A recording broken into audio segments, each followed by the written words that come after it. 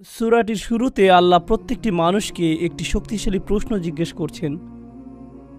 আল্লাহর বাণী থেকে সর্বোচ্চ উপকার পেতে হলে, বিশেষ করে যখন তিনি উল্লেখ করছেন আল ইনসান, মানুষ, মানবজাতি নিয়ে বৃহত্তর পরিসরে চিন্তা করার পরিবর্তে বিলিয়ন বিলিয়ন মানুষ যে এই দুনিয়ায় বাস করছে, অতীতে যারা গত হয়ে গেছেন তাদের নিয়ে চিন্তা করার পরিবর্তে আমাদের প্রত্যেকের উচিত আমার নিজের সম্পর্কে চিন্তা করা, এমন আয়াত থেকে সর্বোচ্চ উপকার পেতে, যেখানে উল্লেখ করা হয়েছে আল ইনসান। তো এটি খুবই ব্যক্তিগত একটা মেসেজ, প্রত্যেকটি মানুষের চাহিদাকে সামনে রেখে মেসেজটি পাঠানো হয়েছে, বিশেষ করে আমাদের জন্য, কারণ সৌভাগ্যক্রমে আমরা সবাই বিশ্বাসী। তো আয়াতে মানুষ শব্দটি শোনার সাথে সাথে আমার উচিত আমার নিজের সম্পর্কে চিন্তা করা, আর আপনার উচিত আপনার নিজের সম্পর্কে চিন্তা করা।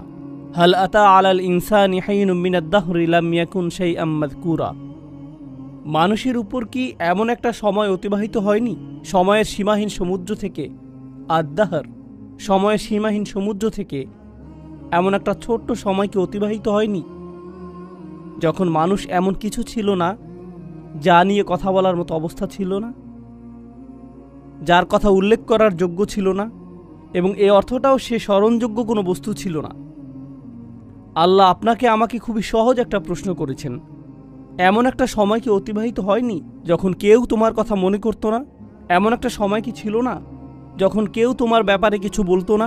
যদিও তোমার অস্তিত্ব ছিল, কিন্তু মানুষ তোমাকে নিয়ে কথা বলতে লজ্জা পেত, তোমার ব্যাপারে কথা বলতে তাদের অস্বস্তি লাগত। তৎক্ষণাৎ পরবর্তী আয়াতে তিনি বললেন, তিনি মানুষকে একটি তরল পদার্থ থেকে সৃষ্টি করেছেন, এক ফোঁটা পানি থেকে, নুতফা, যা মিশ্রিত, অর্থাৎ মিশ্রিত নারী এবং পুরুষের মাঝে। আল্লাহ এখন এমন কিছু নিয়ে কথা বলছেন, বীর্য নিয়ে, ডিম্ব নিয়ে, যা পরস্পর মিলিত হয় একজন নারীর গর্ভধারণ নিয়ে, যা নিয়ে কথা বলাটা অস্বস্তিকর এবং লজ্জাজনক।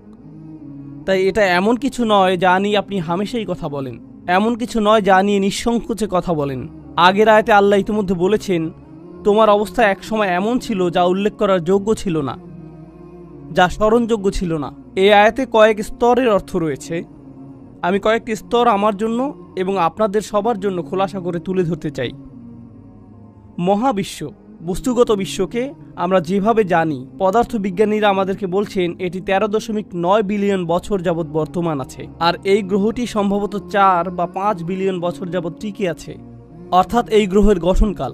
এই সমস্ত সময়ের সীমাহীন সমুদ্রগুলোতে আমাকে নিয়ে কোনো কথা হতো না, কোথাও আমার কোনো উল্লেখ ছিল না, আমার অস্তিত্ব ছিল না। এমনকি যখন এই মহাবিশ্ব বাস্তবে এলো, সীমাহীন পরিমাণ সময় পার হওয়ার পর এই গ্রহে যখন মানবজাতির বসবাস শুরু হলো, মানব ইতিহাসের বৃহত্তর অংশটি